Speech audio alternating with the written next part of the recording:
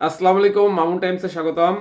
আজকে এক সাংবাদিক সম্মেলনে মেজর হাফিজ বিএনপি নেতা উনি বলেছেন যে র্যাবের বিলুপ্তি চান।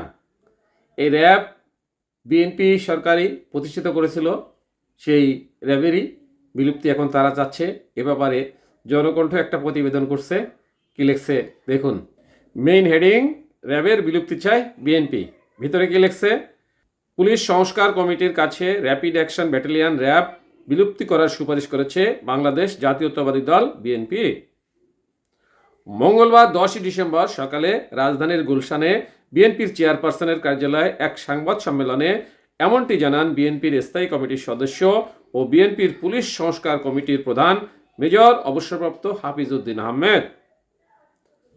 হাফিজ বলেন, সরকারের পুলিশ সংস্কার কমিটি বিএনপির কাছে সুপারিশ না চাইলেও আমরা সুপারিশমালা দিয়েছি। রাষ্ট্রের এই অত্যাবশ্যকীয় সেবায় পুলিশ সংস্কার এখন সময়ের দাবি। সুপারিশমালায় বিএনপি পুলিশ কমিশন গঠনের সুপারিশ করেছে। তিনি আরও বলেন, পুলিশের বিভিন্ন স্তরের অবসরপ্রাপ্ত পুলিশ কর্মকর্তাদের সঙ্গে কথা বলেছি, সাংবাদিকদের সঙ্গে কথা বলেছি, অনেকের সঙ্গে কথা বলেছি। জনগণের সঙ্গে পুলিশের দূরত্ব কমানোর সুপারিশ করেছি আমরা। সুপারিশে পুলিশ বাহিনীকে সঠিক দিক নির্দেশনা, পরামর্শ এবং সহায়তা দেওয়ার জন্য একটি পুলিশ কমিশন গঠনের প্রয়োজনীয়তা তুলে ধরা হয়েছে।